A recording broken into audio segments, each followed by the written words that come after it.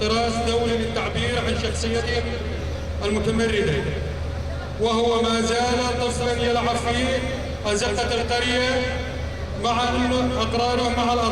من الأطفال، ولذلك فهو سبيل المثال الحرص،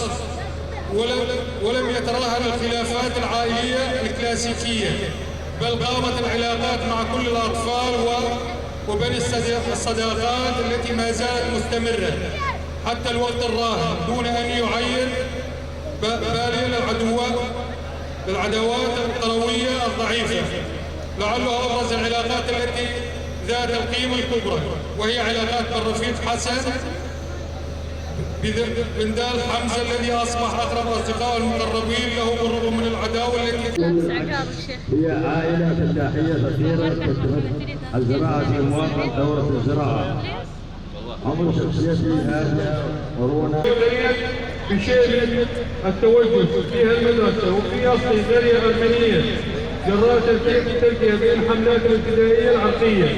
التي استهدفت الأمل في ولا عادل في طريق تعاطي العائلة مع هذا الشجار كان المحك الأول الذي لعب دورا هاما ومؤثرا في شخصية أوجلات،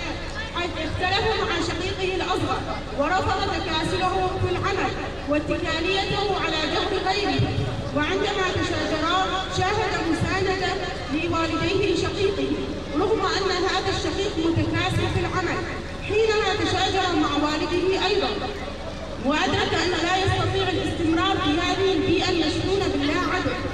أضاف إلى ذلك تعرضه للتنمر على خلفية شجاره مع والده وأخيه من قبل أهالي